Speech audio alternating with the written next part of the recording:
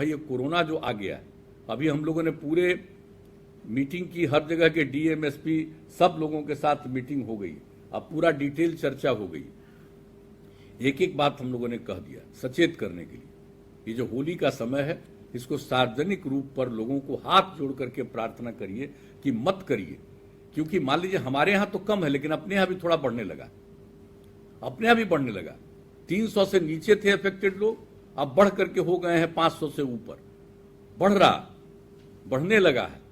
बाहर से भी लोग आते हैं, स्वाभाविक रूप से अपने घर में आते हैं, उसको बेचारे को क्या पता है कि उनको है। जब टेस्ट होता है तो पता चलता है कि पॉजिटिव, ऐसे क्या मालूम। लेकिन अगर बहुत बड़े स्तर पर नहीं करेंगे, सार्वजनिक लोग पर नहीं जुटेंगे तो बचेंगे। और देख लीजिए 8 राज्यों का क्या हाल हो रहा, कितना बढ़ रहा। महाराष्ट्र की क्या स्थिति हो गई है, जरा इस बात को जानिए। शायद जितना पहले नहीं हुआ था उतना अब हो गया। हमारे यहां तो बहुत कम है, हम लोगों ने बहुत नियंत्रित किया है, और जितना अफेक्टेड लोग भी कम है, मृत्यु होने वालों की संख्या भी कम हुई है, लेकिन मृत्यु तो हुई है लोगों की। अफेक्टेड तो हुए, प्रभावित तो हुए, लेकिन हम लोगों को तो लोगों को सचेत करना, सजग करना। इसलिए आज के इस अवसर पर हमने एक दिन तो पूरी मीटिंग कर दी है, इसमें और लोग भी, हम सब लोगों से आग्रह करेंगे कि सजग और सचेत रहिए। दूसरे कई देशों में बढ़ने लगा, अपने देश के कई राज्यों में बढ़ने लगा, हमारे यहां भी थोड़ा थोड़ा बढ़ने लगा। तो हम लोगों को सचेत रहना है, और सचेत रह करके इन सब चीजों पर जरूर एकदम बिल्कुल काम कीजिए संक्रमण की स्थिति में। तो ये हमारा आप सब लोगों से आग्रह है। 1911 में नवंबर महीने में तो बिहार को, यानी बंगाल से अलग किया, जिसमें बिहार और उड़ीसा दोनों था, उसको अलग किया गया और पटना को ही उसकी राजधानी के बारे में निर्णय हुआ। लेकिन यह तय हुआ कि आखिरकार इसको हम कब से बिहार दिवस मनाएं। तो अनेक विषय थे, कब गवर्नर आ गए, कब क्या हुआ, नोटिफाई हुआ। तो इन सब चीज़ों पर गौर करते हुए हम लोगों को यही लगा कि देखिए, जिस दिन अंग्रेजों का राज था, उन लोगों ने बिहार को एक अलग प्रांत के रूप में नोटिफाई किया, उसी को हम लोग बिहार दिवस माने। और ये काम 22 मार्च 1912 को किया गया था। तो इसलिए हम लोगों ने 22 मार्च को ही बिहार दिवस के रूप में मनाना शुरू किया।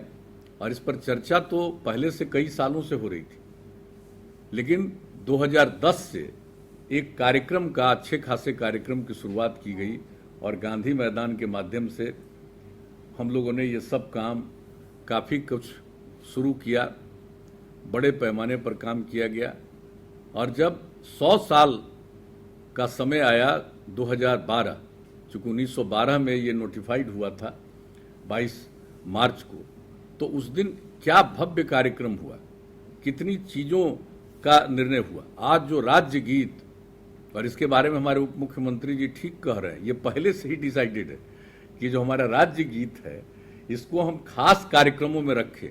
कई साल तक खास कार्यक्रमों में रखा जाता था, पढ़ा जाता था, लेकिन इधर ये काम धीरे धीरे लोग भूल गए। तो आपको जो आज उप मुख्यमंत्री जी दोबारा कह रहे हैं, ये पहले की बात है, तय है।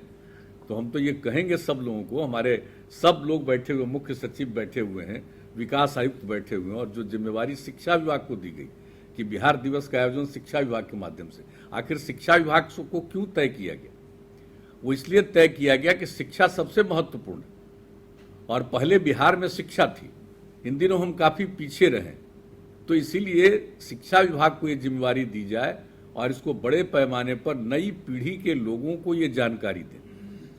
तो जब नई पीढ़ी के लोग, पुरुष और स्त्री, सब के सब लोगों को अगर इन सब चीज़ों का एहसास हो गया, जो पढ़े हैं, जो नहीं पढ़े हैं, उन सब लोगों के बीच में धीरे धीरे चर्चा हो जाएगी, तो सबके मन में एहसास होगा।